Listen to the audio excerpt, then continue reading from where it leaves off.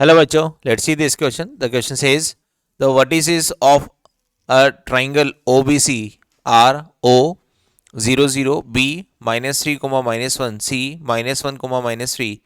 Then find the equation of line parallel to the BC and intersecting the sides OB and OC and whose perpendicular distance from the origin is half. देखिए बच्चों, आपको यहाँ पर क्या दे रखा है? Simple आपको एक ट्राइंगल ओबीसी दे रखा है.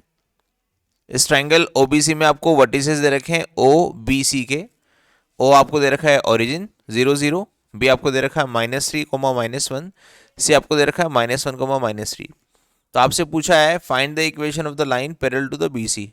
बीसी के पैरेलल होने वाली लाइन की इक्वेशन आपको निकालनी है जो कि इंटरसेक्ट करती है साइड ओ बी और ओ सी को. ठीक है, और जिसका ओरिजिन से परपेंडिकुलर डिस्टेंस भी आपको दे रखा है हाफ. तो एक डायग्राम बनाते हैं. सबसे पहले ओबीसी ट्राइंगल फॉर्म करते हैं. ओ फॉर ओरिजिन, तो ओरिजिन ये है हमारे पास, और हम मान लेते हैं कि कुछ इस तरह से ओबीसी बनेगा. ये हमने अज्यूम किया है इस तरह से. ये ओ मान लेते हैं, ये बी मान लेते हैं, ये सी मान लेते हैं.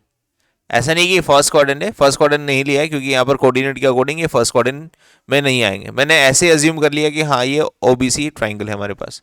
इसके कोऑर्डिनेट क्या है? ओ ओ मतलब 0 0, बी हमारे पास है -3 -1, और सी हमारे पास है -1 -3. इस तरह से फिर बोल रहा है कि find the equation of line parallel to the BC. BC के पैरेलल मुझे एक लाइन बनानी है जो कि ओबी और ओसी को इंटरसेक्ट करे. मतलब ऊपर नहीं बनानी है, यहाँ नीचे की तरफ इस तरह से बनानी है. ये लाइन जो बीसी के पैरेलल भी नजर आए और ओबी, ओबी मतलब ये वाली लाइन, इसको इंटरसेक्ट करे यहाँ पर, और ओसी को भी इंटरसेक्ट करे यहाँ पर.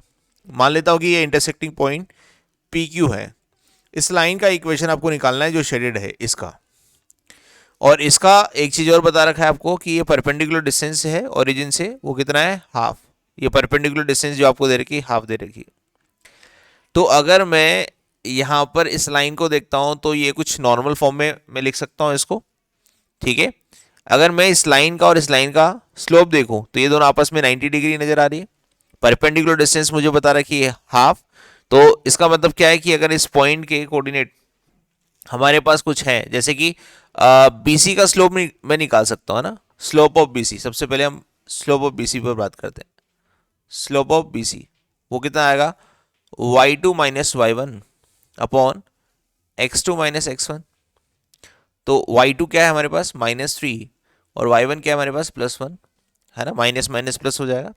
और सिमिलरली x2 क्या है? -1, और x1 क्या है हमारे पास? -3, minus minus plus, that is ये बन जाएगा +3. तो अगर इसको कैलकुलेट करें तो ये बनेगा -2/2, डेट इज -1.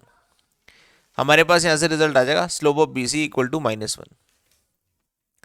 जिससे मुझे क्या पता लगा? ये लाइन पी क्यू का स्लोप पता लग गया. तो slope of line P Q ये मुझे पता लग गया. वो कितना हो गया?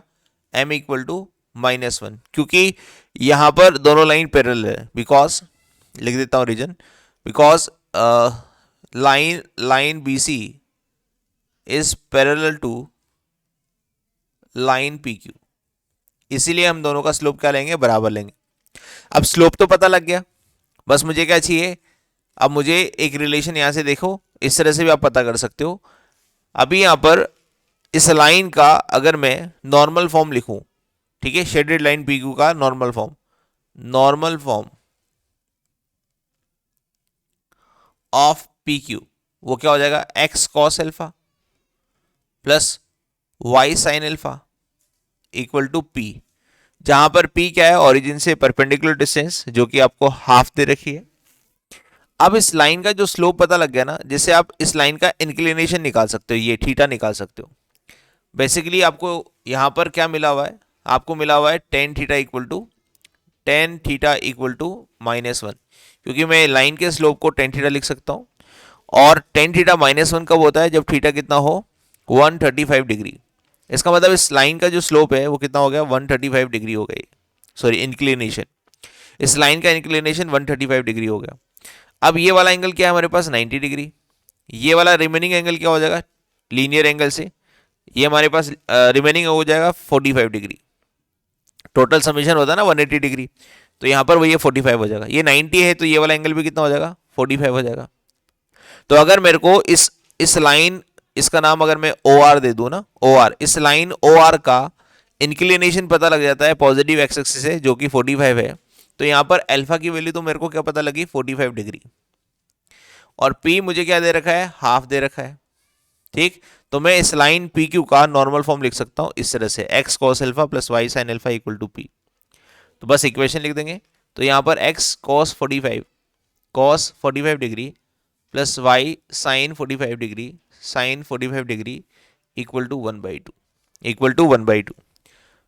अगर इसको सोल्व करें तो cos 45 होता है 1/√2, तो यहाँ पर लिख देंगे x प्लस वाई, क्योंकि दोनों की वैल्यू 1/√2 होती है, और 1/√2 को हम यहाँ पर क्रॉस मल्टीप्लाई करके लिखेंगे तो ये हो जाएगा √2/2, जिसको मैं बाद में सोल्व करके 1/√2 दे सकता हूँ।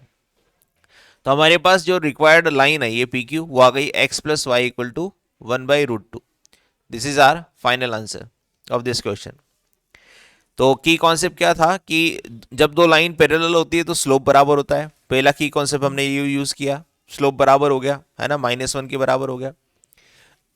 और दूसरा हमारे पास क्या है कि एक ओरिजिन से परपेंडिकुलर डिस्टेंस दे रखी है। जब भी ओरिजिन से परपेंडिकुलर डिस्टेंस दे रखी हो तो हम नॉर्मल फॉर्म यूज कर सकते हैं, बस उस परपेंडिकुलर का हमें एक्स एक्सिस से इंक्लिनेशन पता लग जाना चाहिए।